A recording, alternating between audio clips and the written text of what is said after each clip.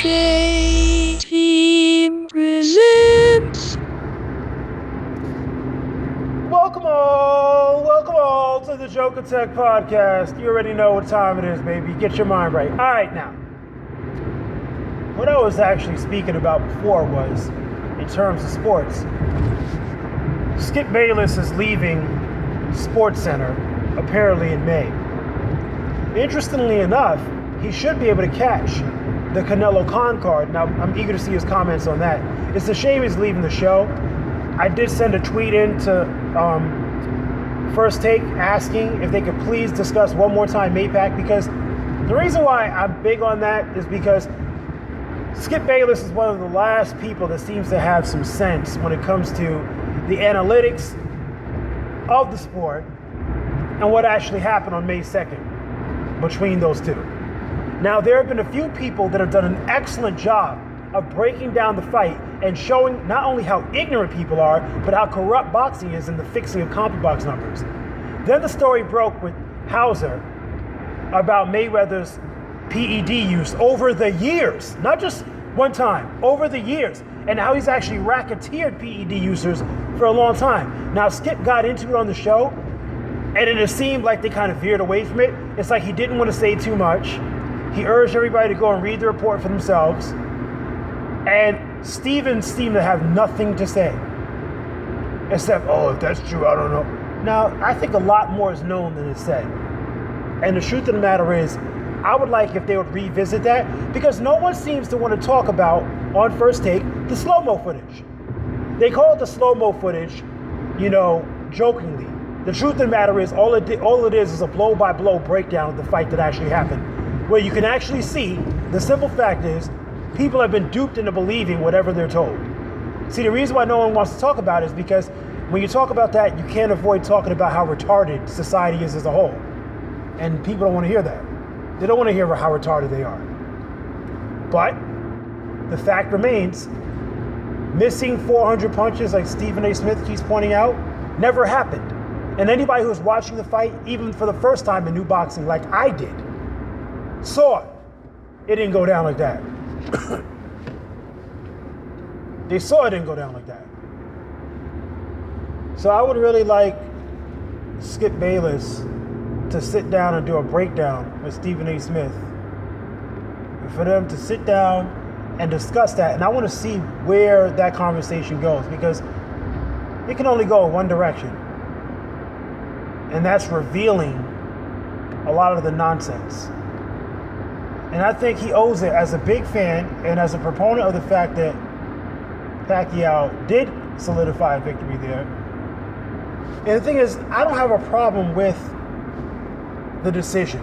I said from time to time again, I had some early scorecards where I had a narrow victory for Floyd. I had a draw. And that was pre-replay.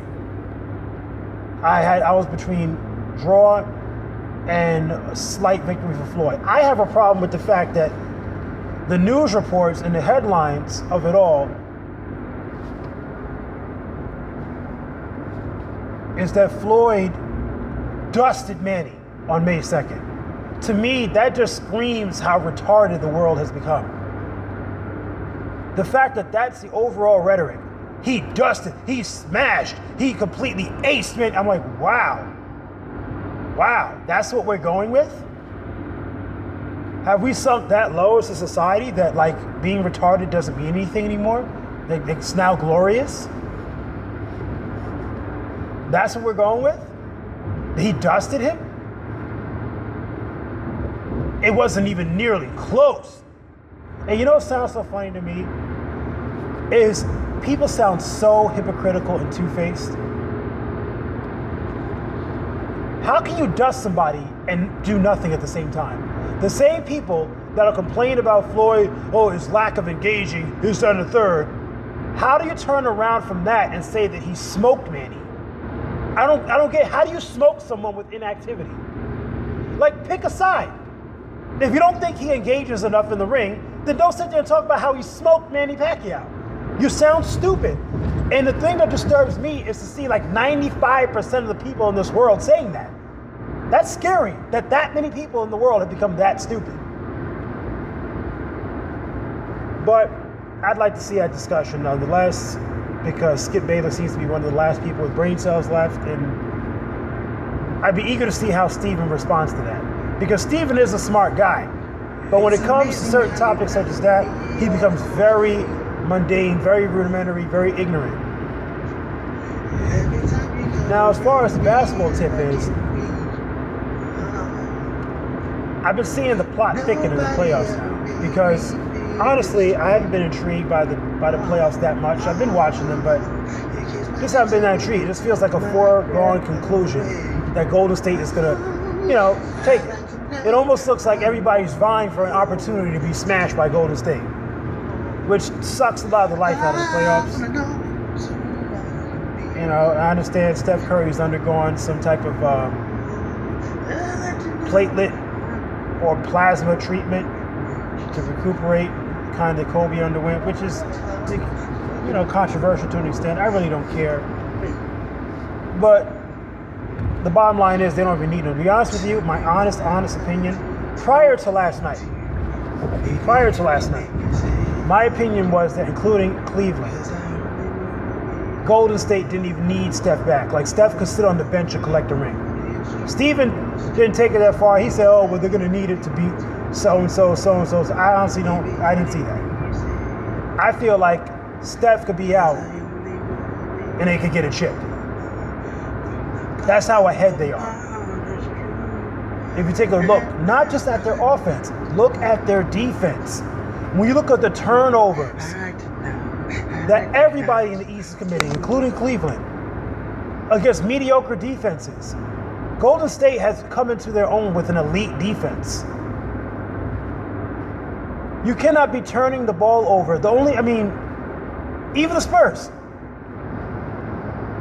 and Oklahoma, you cannot be that porous offensively. You cannot be turning the ball over like that and have a prayer against Golden State, because they specialize in generating turnovers.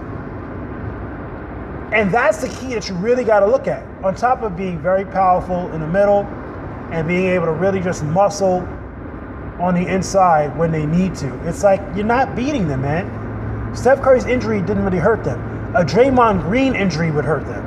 And nobody wants to say that. But he's like the second coming of Charles Barkley, which I find funny. What was said on ESPN radio by Mike Greenberg, when he said that, 10 years ago, Draymond Green would be a useless player, but the game and him have met each other halfway. I find that to be total bullcrap.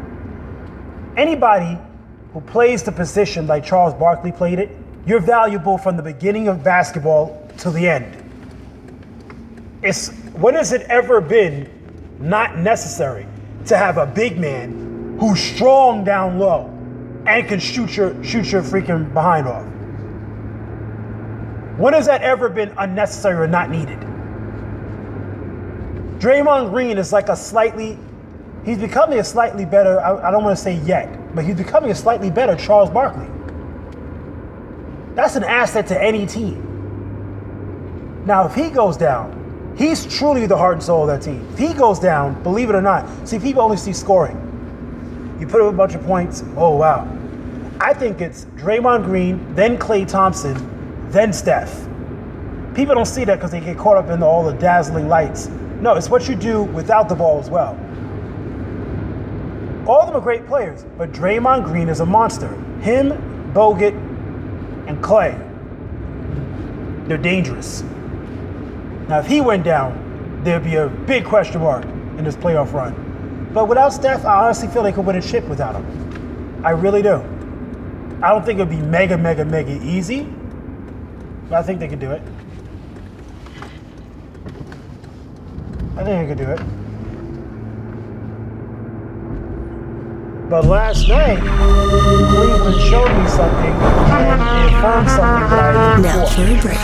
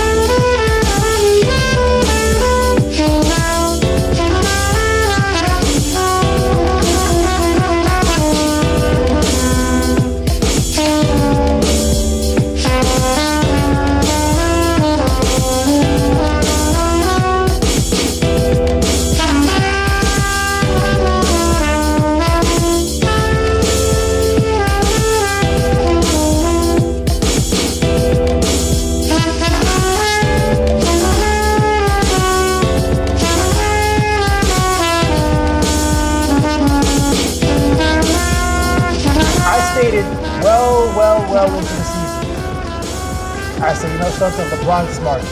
One thing about LeBron is he thinks like my type of person. He's the kind of person that doesn't show all his cards, and he's thinking in the future. He didn't want to blow his load in a season and try to come off. He could have been gaudy, go for a scoring title, try to go for a monster record, be of note throughout the season. But no, if you notice, Cleveland was very quiet throughout the season, as I knew they'd be.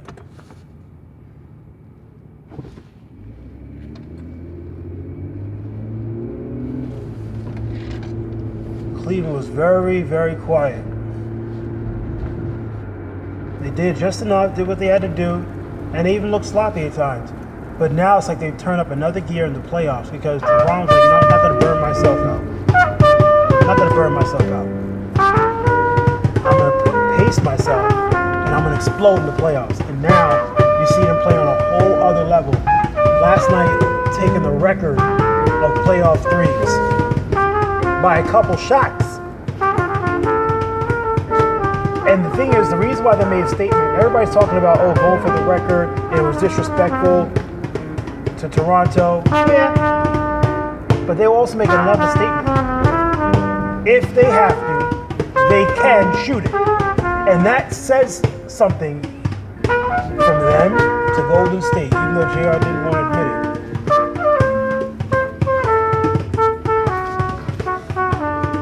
It sends a message.